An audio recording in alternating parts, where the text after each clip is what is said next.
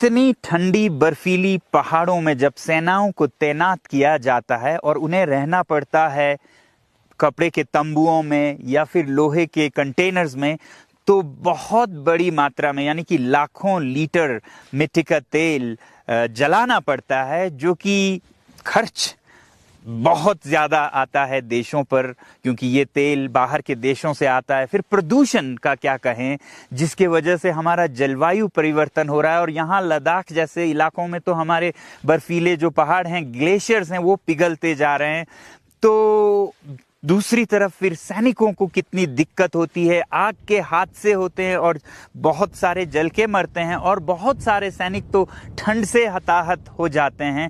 तो इन हालातों को देखते हुए हम जहां आज हैं, Himalayan institute of alternatives Ladakh यानी कि हयाल एक वैकल्पिक यूनिवर्सिटी है, जहां पर हम शोध करते हैं पहाड़ों में कैसे जीवन जिया जाए और यहाँ के जो स्रोत साधन हैं उनका इस्तेमाल करके जीवन को आसान कैसे बनाया जाए। तो इसी सिलसिले में हमने सोचा कि जब हमारे सैनिक इतने मुश्किलात में हैं सीमा पर, तो उनके लिए भी एक सोलर हीटेड शेल्टर क्यों ना बनाया जाए, क्योंकि आपने सुना होगा यहाँ हमने सोलर हीटेड घरों को बनाने में काफ़ी महारत हासिल की पिछले कोई 25-30 सालों में।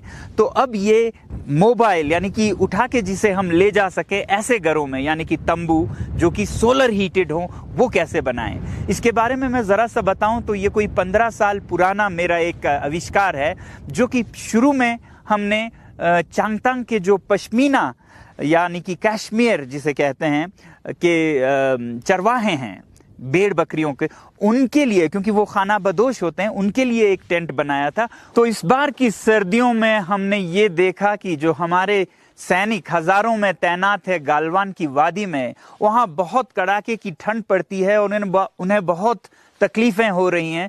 तो हमने इस यूनिवर्सिटी में एक प्रोजेक्ट पे काम करना शुरू किया और प्रोजेक्ट था एक ऐसा तंबू, पैसिव सोलर हीटेड टेंट बनाने का, जिसमें कि हमारे सैनिक आराम से रह सकें और गर्मी सूरज से हो और न तेल का खर्चा न धुआं हो। तो इस पैसिव सोलर हीटेड टेंट का जो ये आप प्रोटोटाइप देख रहे हैं, इस पे तकरीबन 1 महीना लगा हमें। तो ये सोलर टेंट अंदर से कैसा है और काम कैसे करता है, उसे देखने जाने से पहले मैं आपको ज़रा सा बताऊं कि ये कैसे बना हुआ है। इस टेंट के 2 हिस्से हैं। एक आगे का हिस्सा जो कि ग्रीन हाउस हिस्सा है, जहां से सूरज की गर्मी जाती है, और जो पीछे का हिस्सा है वो स्लीपिंग चैम्बर है, जहां की सैनिक रात को सोते हैं। और ये बहुत हाईली इंसुलेटेड हैं, बहुत जैसे रजाई होता है उस तरह का, स्लीपिंग बैग की तरह है, और इस पर विंड शीटर वाटरप्रूफ कवर लगा हुआ है। और फिर ये जो आगे का हिस्सा है जो ग्रीन हाउस है, इससे हम अंदर जाते हैं।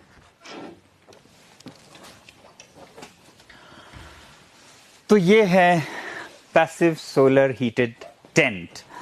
इस टेंट या तंबू के 2 खास हिस्से हैं, एक जो कि स्लीपिंग चैम्बर है, एक सोलर लाउंज यानी कि शयन कक्ष और विश्राम कक्ष। यहाँ पर सैनिक दिन में आराम से खुले में बैठ के अपने काम कर सकते हैं, हथियारों का सफाई वगैरह, और दिन में बहुत ये गर्म रहता है मगर रात में नहीं। और फिर रात में ये कक्ष जो इसका उत्तर का हिस्सा है वो गर्म होके गर्म रहता है, तो वो यहाँ उनका सोने का हिस्सा है। अब ये पूरा टेंट कैसे गर्म रहता है, इसके 3 तरीके हैं।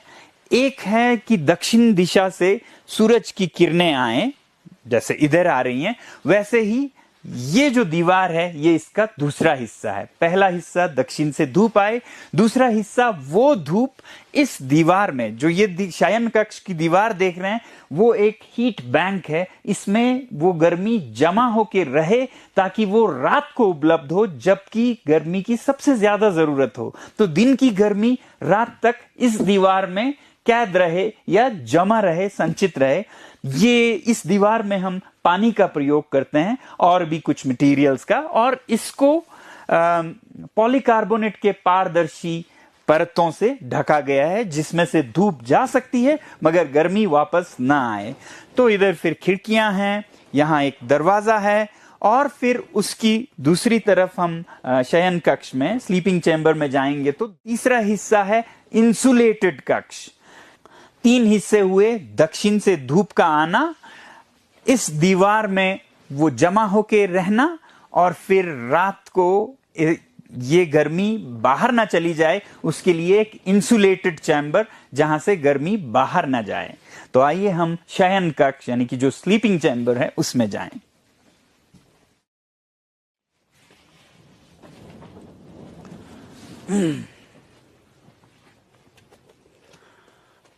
तो ये है पैसिव सोलर टेंट का नॉर्दर्न यानी कि उत्तर का हिस्सा, जहां से धूप नहीं आती है मगर अंदर की गर्मी बाहर जाती है। तो इसमें मोटे परत लगे हैं जैसे आपके स्लीपिंग बैग्स में होते हैं। ये 4 तक परत हैं जो कि हम जिस जगह पे हैं, कितनी ठंडी है उस हिसाब से 1 परत लगा सकें, 2 परत लगा सकें, 3 या 4 लगाएं। सर्दियों में हो तो 4 लगाने पड़े, गर्मियों में आप इसे उतारते जा सकते हैं। तो ये परतें अंदर की गर्मी को बाहर नहीं जाने देती। दक्षिण से धूप आती है, इस दीवार में जमा होती है, और फिर उस धूप को अंदर की तरफ तो आ सकती है वो गर्मी, मगर बाहर नहीं जा सकती। इस वजह से ये जो शयन कक्ष है इसका तापमान रात में भी काफी गर्म रहता है। जैसे कल रात को 10 बजे अंदर यहाँ पर 15 डिग्री था, जबकि इन दिनों बाहर की तापमान -14 के करीब चल रहा था। तो इस हिसाब से हमारा अनुमान है कि ये अंदर +10 से 15 के बीच रहे, बहुत गर्म भी न रहे, क्योंकि सैनिकों को तैयार रहना है बाहर -30 में लड़ने के लिए। तो +10 से 15 तक अगर रहे तो बहुत अच्छी बात है। इसी प्रोजेक्ट को अगर एक सरकारी लैब में एक रिसर्च प्रोजेक्ट की तरह किया गया होता तो शायद आधे से 1 करोड़ तक लग जाता।